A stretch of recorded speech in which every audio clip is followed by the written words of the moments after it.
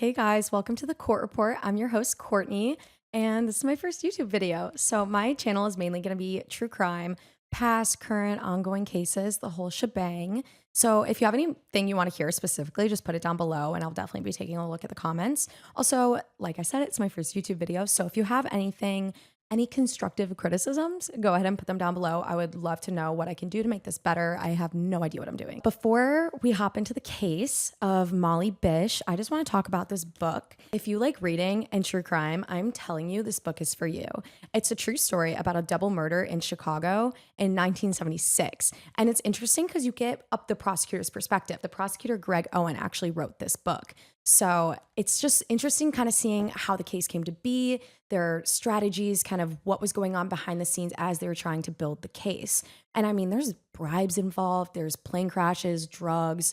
It's a really rich guy who almost got off. Like it's intense. So I would definitely recommend reading it. I read it in like literally a week, if not less. It's available for pre-order right now on Barnes & Noble, 26streetbooks.com, and Amazon. So it comes out September 17th. So that's when they'll be like shipped out. But I definitely recommend pre-ordering because it's gonna go fast. Okay, so we're just gonna go ahead and hop into the case of Molly Ann Bish. So she was born on August 2nd, 1983, and she grew up in the small town of Warren, Massachusetts, where she lived with her parents, John and Maggie, and her two older siblings, Heather and John Jr. The Bish family was a close-knit family, and Molly quickly became known in the community as bright, outgoing, and just full of life. Friends and relatives remembered her as warm and friendly with a natural ability to make others feel at ease. Her mother would later say that Molly had a gift for looking out for others, a quality that carried through much of her short life. Molly was active and athletic. She played soccer, softball, she loved music and school activities, and especially loved to swim. So by 16, she loved to swim and she decided to become a lifeguard, like a lot of 16-year-olds do.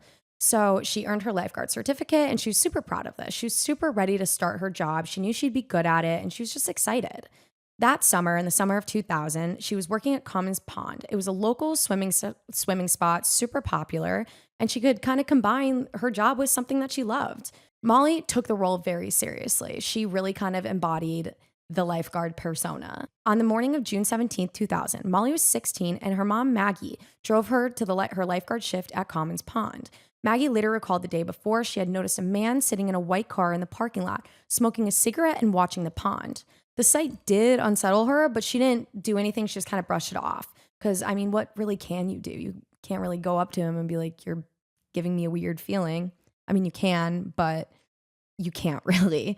On the day that Molly disappeared, at least one other person also reported a man of the same description in the lot minutes before Molly arrived. And another local worker claimed to have seen a similar car parked at a cemetery nearby. And this cemetery is actually connected to the pond by a wooded trail. So Molly set up her lifeguard chair and equipment around 10 a.m., but within 10 to 15 minutes, she was just gone. Her sandals, first aid kit, and chair were all left untouched, and when swimmers arrived later that morning and saw no lifeguard, they called the authorities. At first, authorities thought that Molly had drowned, and the pond was immediately searched. This assumption, however, meant the area wasn't treated as a crime scene. Searchers and volunteers unknowingly could have been contaminating potential evidence. Her disappearance launched one of the largest and most extensive searches in Massachusetts history. Thousands of volunteers, helicopters, and law enforcement combed the area, but Molly was not found.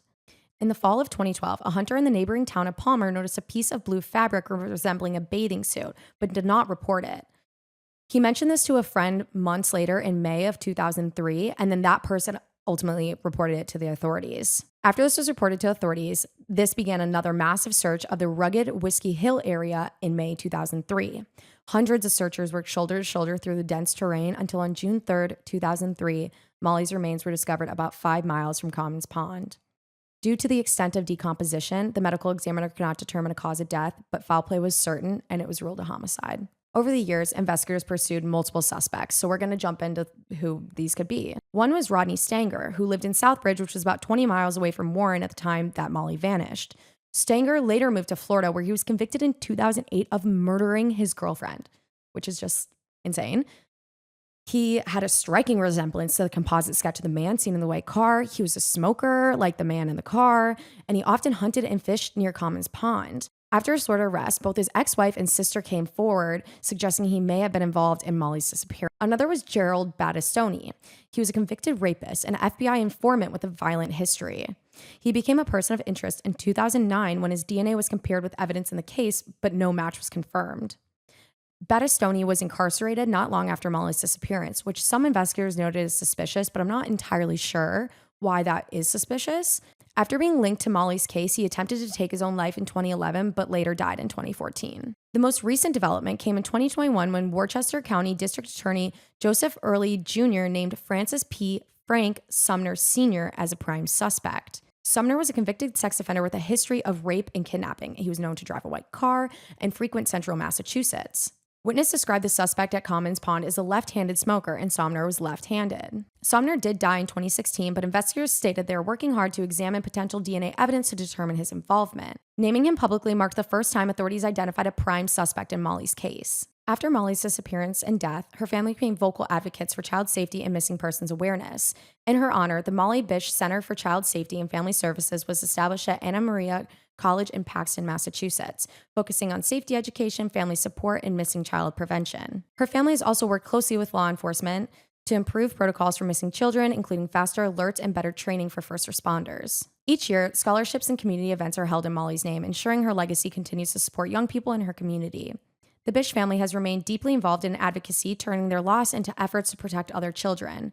Molly's story is remembered across Massachusetts as a reminder of both the importance of vigilance and the strength of a community that has rallied in the face of tragedy. Despite decades of investigation, Molly Bish's murder remains officially unsolved. Her cases profoundly shaped the Warren community and influenced how Massachusetts handles missing child cases. This has led to swifter abduction alerts and greater emphasis on preserving potential crime scenes. Molly is remembered not only for the tragedy of her own death, but for the warmth, responsibility, and bright spirit that she carried in life.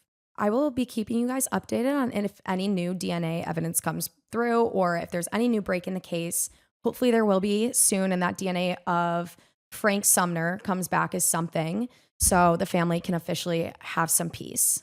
This was a little bit of a quicker case, but I mean, there's no surveillance. There's really not much evidence. All they have was her stuff at the lifeguard stand and then her body a year and a half later. I will be keeping you guys updated on if there are any breaks in the case. I really hope there are. I'm going to try and be posting weekly, so come back for more true crime.